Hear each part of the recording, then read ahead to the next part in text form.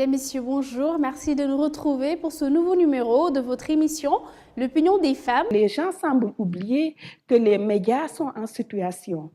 L'espace médiatique, dans l'espace médiatique, se reproduit en fait tous les rôles de genre, tous les rôles sociaux tels que déterminés dans la société. Et si vous regardez bien, pour avoir fait les rédactions, ça a dû vous frapper, tout ce qui est reportage ou documentaire à caractère social ou sujet à caractère social est presque systématiquement affecté aux femmes. Les questions qui semblent relever de l'économie, de la science, de la défense sont par exemple confiées aux reporters hommes. Donc il y a une division sexiste du travail et je pense que le premier positionnement à assumer dans la rédaction, c'était de dire qu'on est là, qu'on est des journalistes, point barre. Vous avez eu une belle carrière, professeur, vous avez été ministre, directrice de plusieurs institutions, vous avez eu du pouvoir, vous l'avez exercé. Pensez-vous que le pouvoir doit s'afficher et peser pour exister? Afficher le pouvoir, je ne pense pas. Tout doit être naturel. Et je pense que quand il y a de l'artifice quelque part, eh bien, ça remet en cause la beauté, l'utilité, la valeur des choses. Donc, on n'a pas besoin de forcer pour montrer le pouvoir, parce que le pouvoir, il doit être naturel. Le pouvoir doit se montrer par le charisme de la personne, par l'utilité de la personne. Donc, on n'a pas besoin de faire beaucoup de mouvements, beaucoup de gestes pour montrer quelque pouvoir que ce soit. Parce que dans le pouvoir, encore une fois, il y a un mot qui me paraît très utile, c'est l'utilité, que j'ai répété d'ailleurs. Alors, en revanche, je peux dire que il y a des niveaux où on exerce le pouvoir et où le pouvoir est naturellement montré.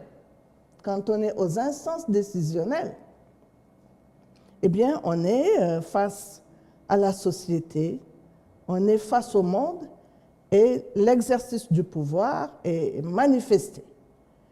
Mais là où je veux surtout mettre le doigt, c'est dans le fait que le pouvoir ne doit monter à la tête de personne. Donc l'humilité dans l'exercice du pouvoir, eh bien, ça rend ce pouvoir plus efficace. Encore une fois, je reviens au mot utilité, parce que le leadership doit s'incarner par l'utilité.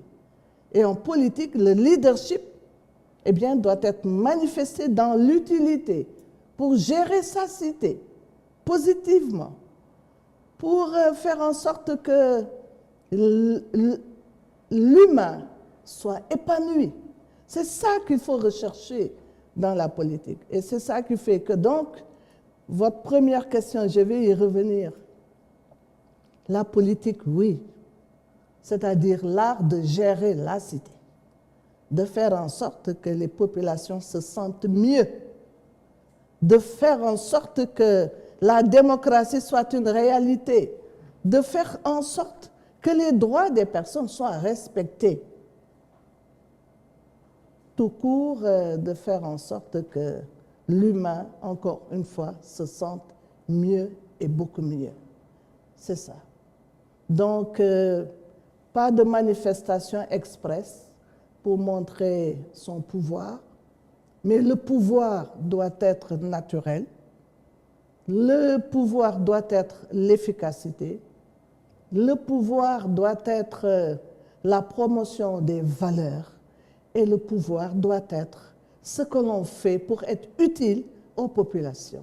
Effectivement. Et Madame Bo aussi, vous êtes membre de la société civile. Et la société civile, c'est une composante très importante, bien sûr, mais souvent qui parle des questions de bonne gouvernance. Mais là, on voit que souvent les questions politiques sont beaucoup plus soulevées par cette société civile-là.